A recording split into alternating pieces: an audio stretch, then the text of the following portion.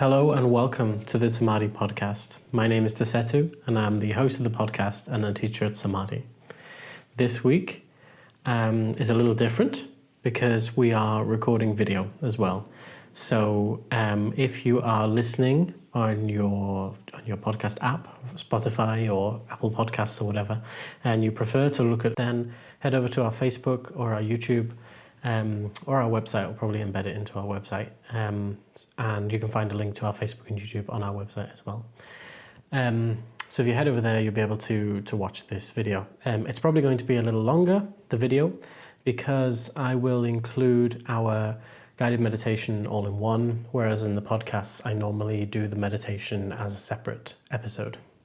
Okay, so this week, what we're going to be doing is answering a question that came up on a Facebook group.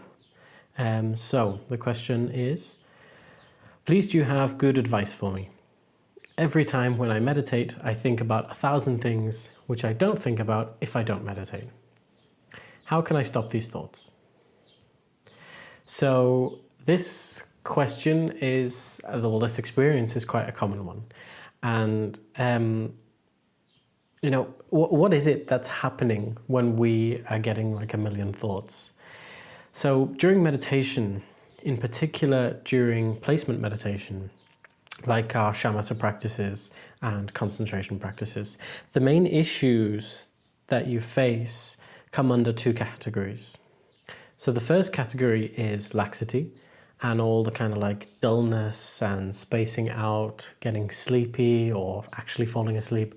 All of these things come under the category of laxity.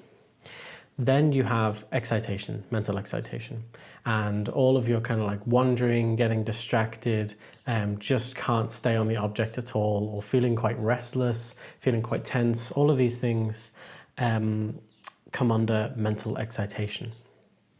So what we're dealing with here, this 1,000 thoughts, is the second one. It's mental excitation.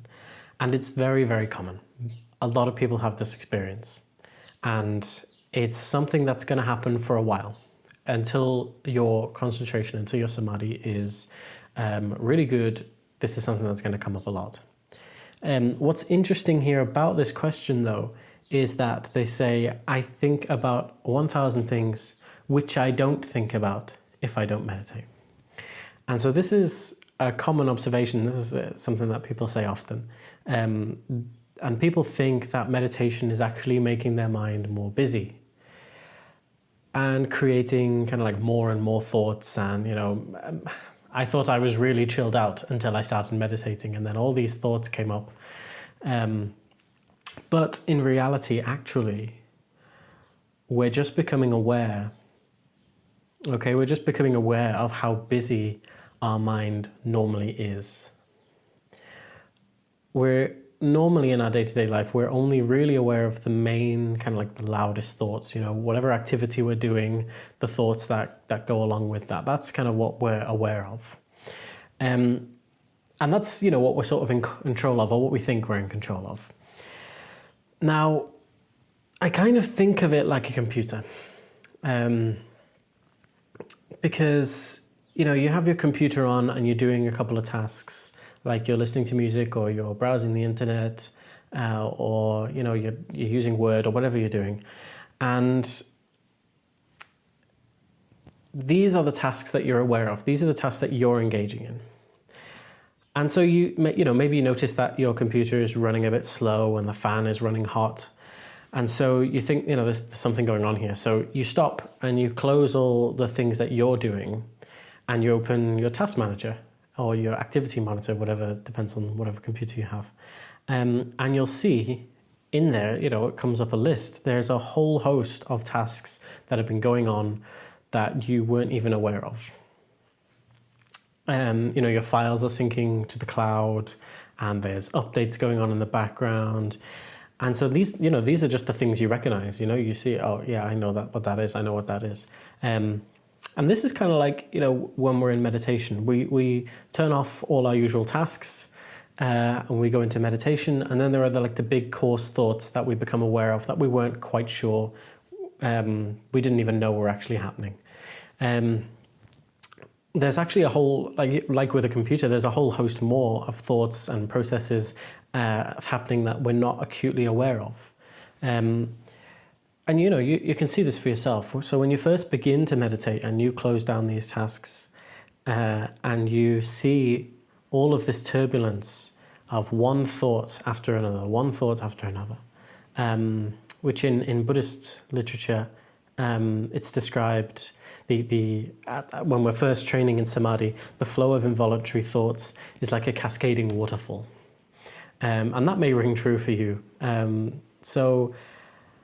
But as you progress further in meditation, and these kind of coarse thoughts begin to subside, you even start to see the little subtle processes of thoughts that you didn't realize were there. And you start to see the process of thoughts arising and dissolving back into the mind.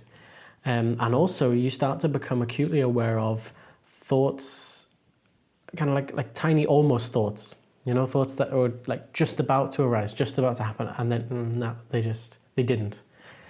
So there's all these kinds of things going on that we're actually not acutely aware of when we're not looking at our mind in a day-to-day scenario.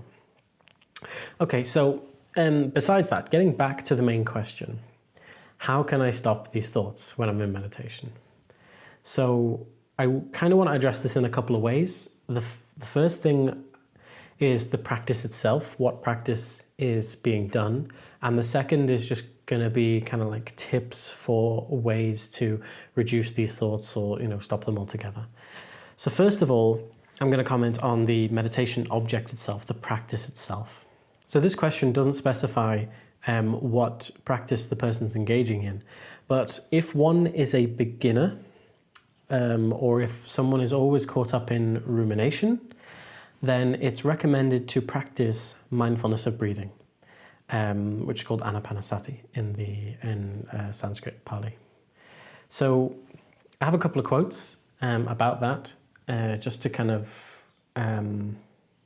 help us understand why mindfulness of breathing is recommended. So Buddhaghosa, in his Path of Purification, he says, mindfulness of breathing is the one meditation subject suitable for one of deluded temperament and for one of ruminative temperament. So if that's you, if you're someone who ruminates a lot, then Buddhaghosa says mindfulness of breathing is one you should engage in. Asanga, in the Shravakabhumi, he says, if rumination uniquely dominates one's behavior, then one focuses one's attention on awareness of the exhalation and inhalation of the breath. So Asanga too, that's what he recommends. And then the Buddha himself, in the Samyutta Nikaya, he says, just as in the last month of the hot season, when a mass of dust and dirt has swirled up, a great rain cloud, out of season, disperses and quells it on the spot. So too, concentration by mindfulness of breathing, when developed and cultivated, is peaceful, sublime, an ambrosial dwelling, and it disperses and quells on the spot unwholesome states whenever they arise. So mindfulness of breathing practice has, various kind of levels of benefit. First, as Buddha says here, there's a peacefulness, okay? There's this sense of peace and calm. And you can get that from just, 5 minutes of mindfulness of breathing. It doesn't take long for this kind of sense of peace and calm to come. Then he describes it sublime. And that's this kind of genuine feeling of well-being that arises from the mind. And that can be physical as well as mental. Then he describes it as an ambrosial dwelling. And this is, reported when we get deep levels of samadhi, of concentration, that there's kind of a blissful experience that comes out of that. And, he also says that it quells unwholesome states. So the mental afflictions that we are under, anger, attachment, craving, these are just quelled on the spot. And that includes this incessant flow of involuntary thoughts that we have. So it's clear, not just from these quotes, but from thousands of contemplatives' experience, that mindfulness of breathing is a powerful, effective tool against rumination. So in terms of how to actually practice mindfulness of breathing, and what posture, which one is going to be best for you, you need to test for yourself. There's the 4 meditation postures: sitting, standing, walking, and reclining or lying down. And Buddha said that we should try all 4 because different ones suit different people.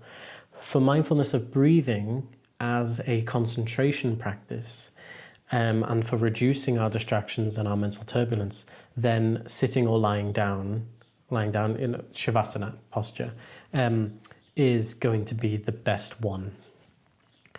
Then there's different methods of actually practicing mindfulness of breathing. You could focus on the whole body, you can focus on just the abdomen, you can focus on the flow of the breath at the nostrils. There's different versions, and they kind of they go from the very obvious, the full body, which is very easy to feel and keep your concentration on, your mindfulness on, and then the breath is more subtle and becomes more subtle as your concentration continues. So for the classic method of focusing on the breath at the nostrils, it's very conducive for cultivating clarity, because you're bringing your attention up to like a smaller area.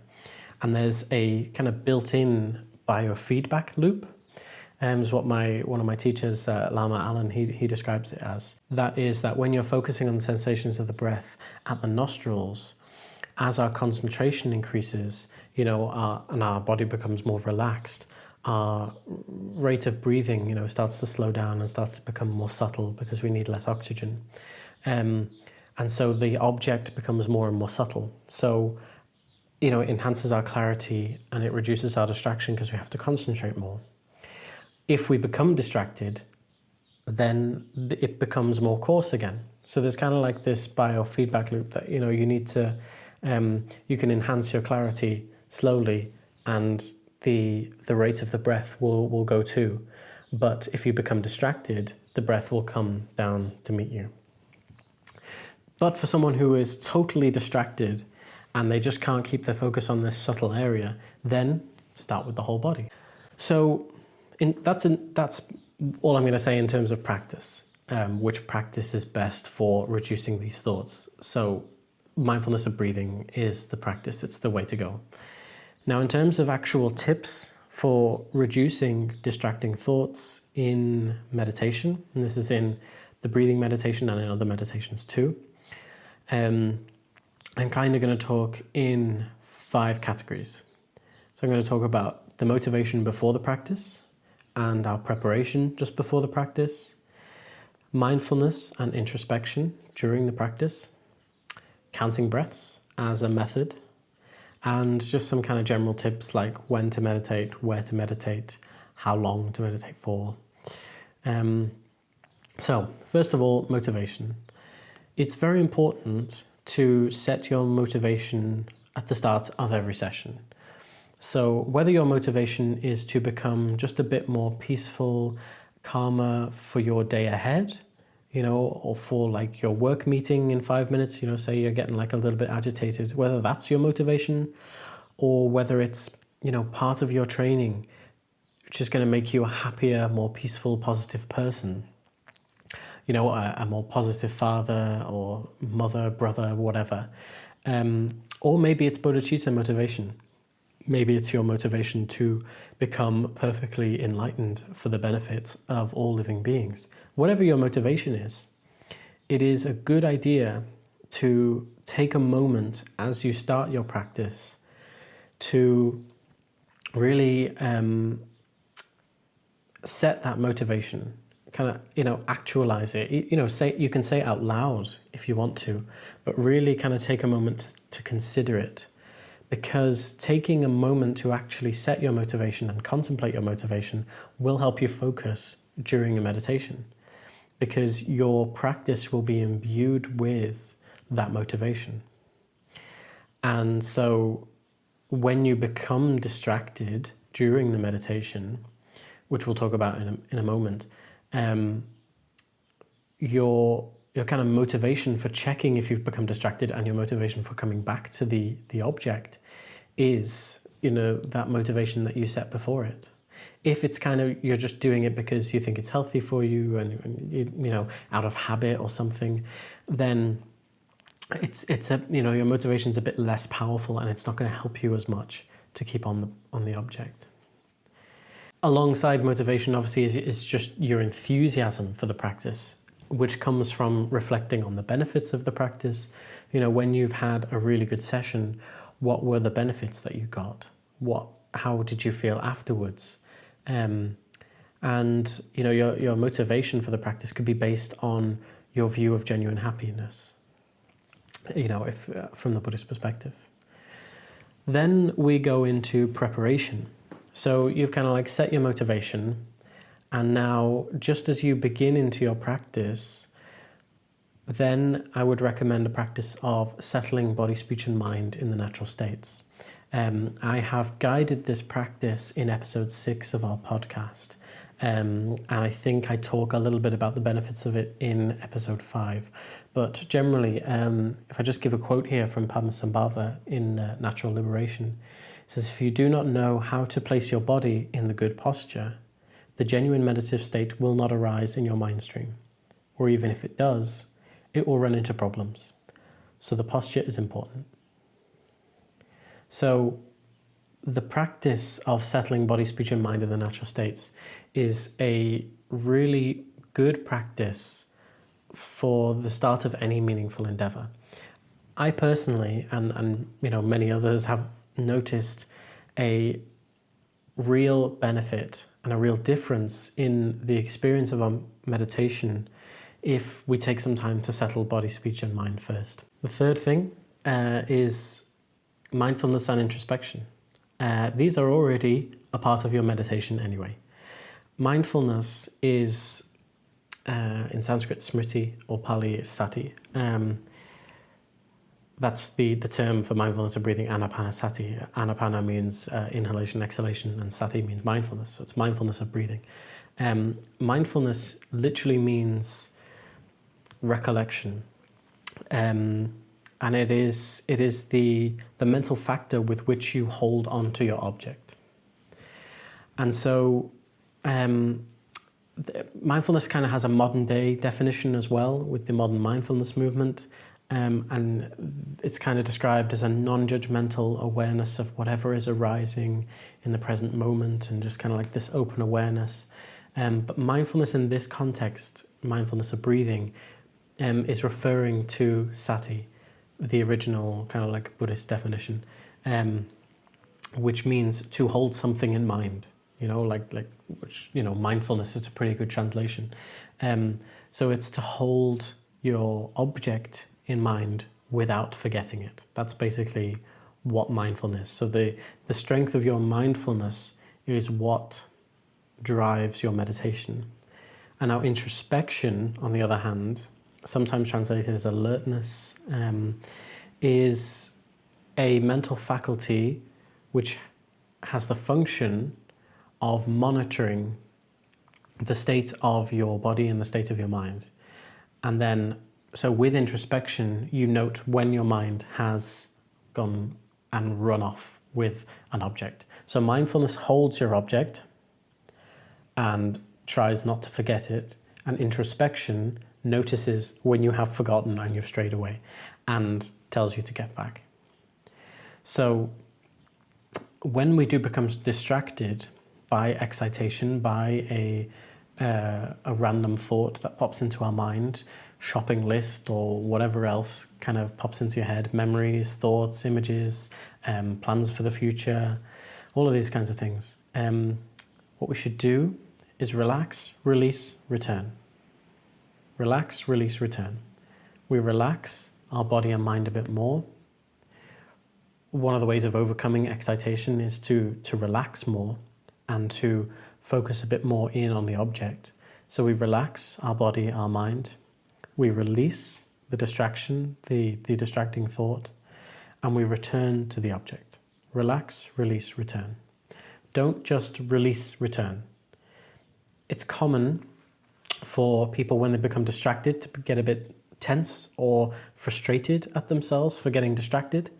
And by tensing up or really like trying to bear down and concentrate on that object, you're tightening, and distraction is only, mental excitation and distraction is only going to become worse.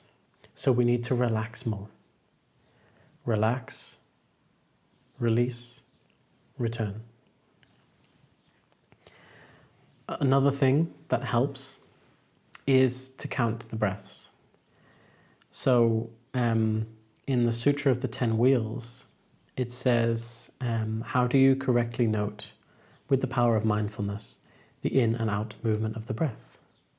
You count them correctly. So counting the breath is sort of a short-term strategy to stabilize your attention. Again, this is another one that personally I have found has really benefited my practice, and many people have. It does have a cost versus benefit kind of thing to it, and that is that the cost is that it adds commentary. You're kind of like adding a thought in, by counting the breath. But the benefit is that it avoids distraction and the other thoughts in between. So it's good to use when necessary, maybe at the start of the practice, and then leave it. Don't when it's no longer useful, when it's now become a bit of a distraction from the breath, then stop using it. How to actually count the breath? So there's many approaches. Some people say, count 1 to 10, or just keep counting throughout, just keep going up.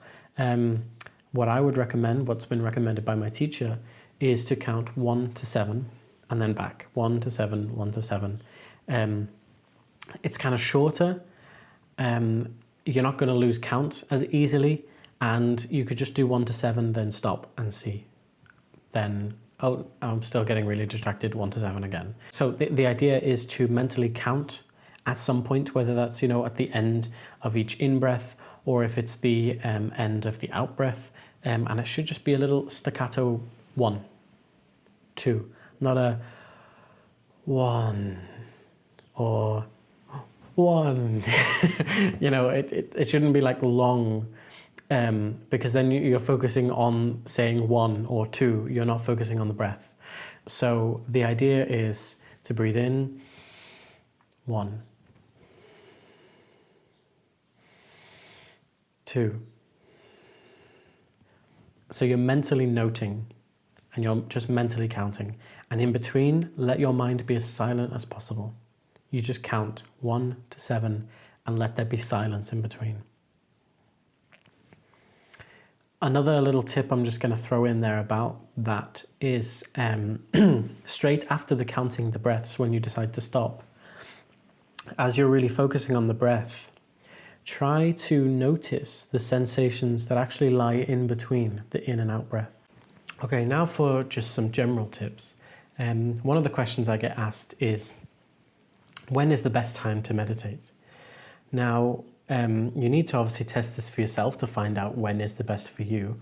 But most people find that early morning, right kind of after you get up, is the best kind of time, because you're rested, your mind is already quiet, especially if you do it before you start scrolling or start, using your course mind. And it's a really good start to the day. You just feel really peaceful, calm, and ready to take on whatever's going to happen. So early morning. If you say, I don't have time to meditate, I don't have any time in my day, get up half an hour earlier. Kind of have 5 minutes just to wake yourself up, 20-minute practice, and then let your day start as it normally would. Everybody can wake up 20 minutes, half an hour earlier than they normally do, if there is absolutely no time. Another suggestion would be to meditate at the same time every day, to develop a habit. You could sort of set yourself a challenge. For the next 7 days, I'm going to meditate every day. I'm going to wake up half an hour early, and I'm going to do a 20-minute meditation every morning. And so, set yourself a challenge, 7-day challenge, 14, 21 day, 30 days, a whole month challenge. And really try and stick to it. If you can, get other people involved, and so you can kind of like spur each other on. So yeah, that's kind of like when to meditate. I would say early, and try and build a habit of doing it at the same time every day, because you'll really find that helps. Also, if you're using a certain posture, a certain place, try and use that posture or that place only for meditation. So then, just by association, by mental association, you know this is now to train my mind. This is for meditation. Where to meditate? Obviously, a quiet location helps, especially if you're doing concentration practices. If you do live in a loud environment, try and find the quietest space in your house, and you could always invest in noise cancelling headphones. They benefit a lot of people. So try and have sort of a separate space in your home.